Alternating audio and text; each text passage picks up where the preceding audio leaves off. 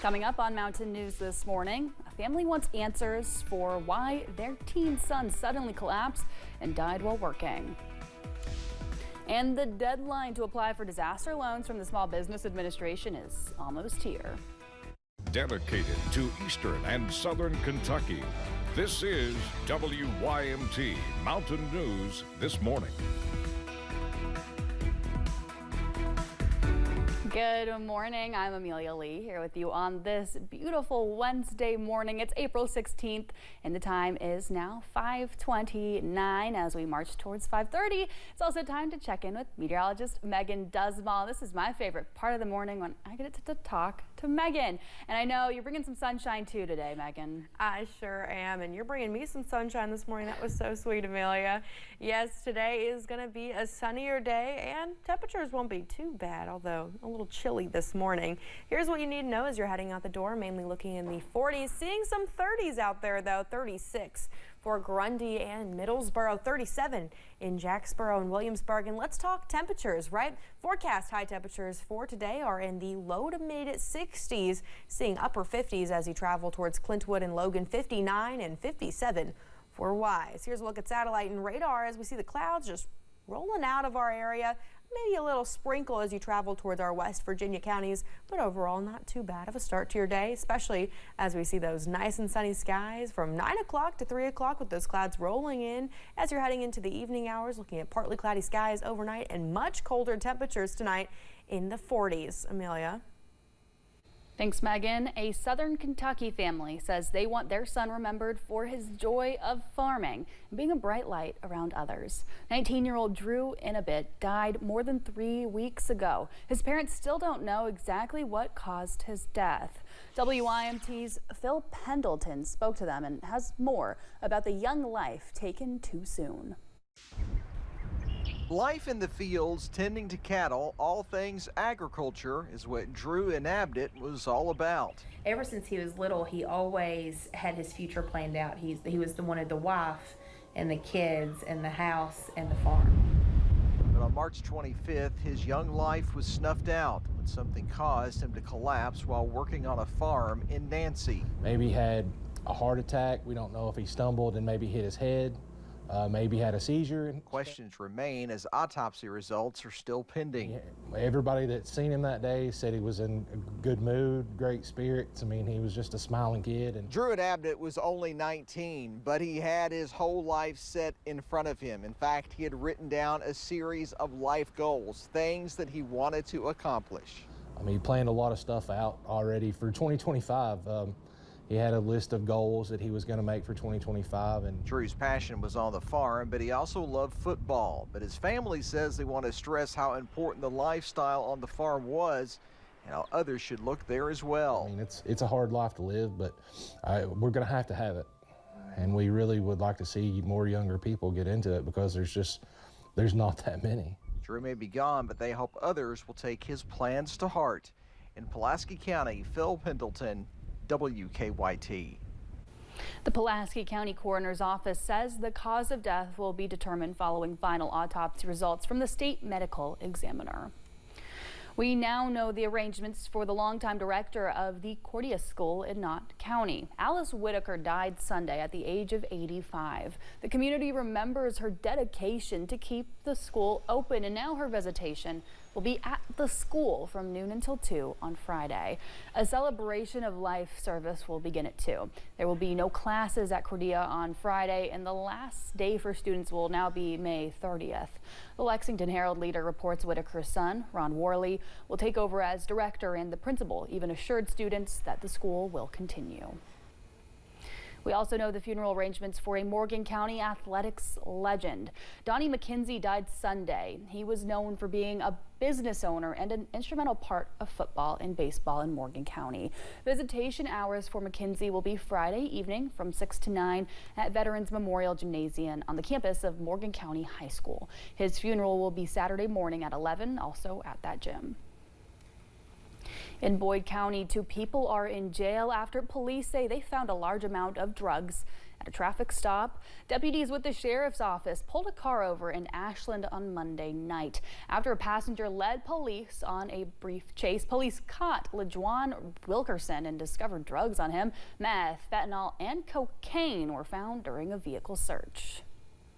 An Elliott County man was sentenced to 35 years in prison for attempted production of child pornography. According to his plea agreement in 2023, police received information that Matthew Nelson was engaging in sexual chats with minors via the internet and social media platforms. During an interview, Nelson admitted on one occasion to driving to one of the minors' homes. He said he provided her with vape products to try and get her to have sex with him.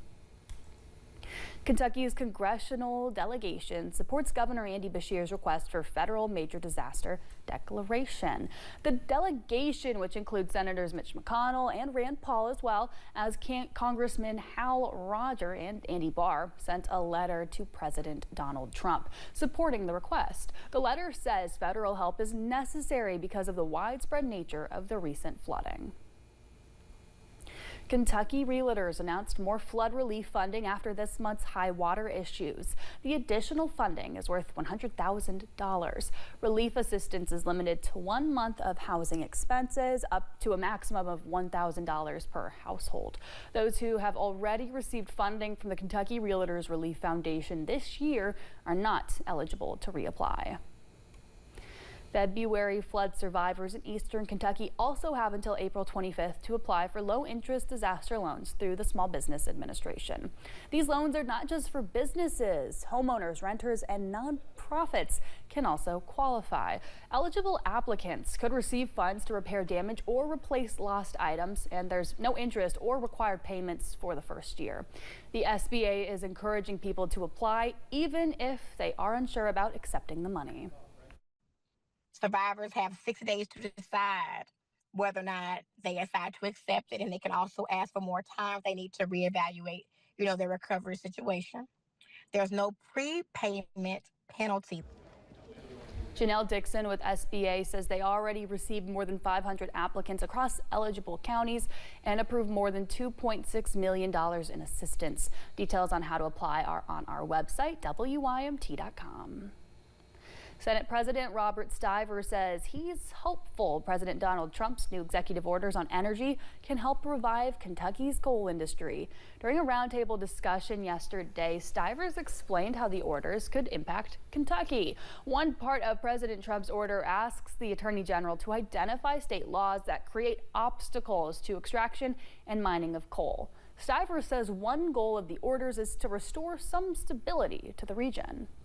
When things went down in the coal industry, we saw an outmigration of almost 40,000 people. And when that happened, that hurts the school system, it hurts your property taxes, it hurts your businesses, and it's hard to come back. Stivers says he hopes the changes to come will bring more jobs to the Commonwealth. With new driver's license requirements and the Real ID deadline here in Kentucky, regional licensing offices across the Commonwealth found themselves with an extra workload. Folks' experiences, including issues making appointments or facing long wait times at the office, says. Patricia Strawn waited more than 4 hours to get her license renewed. Her license expired, so she says she couldn't wait for an appointment.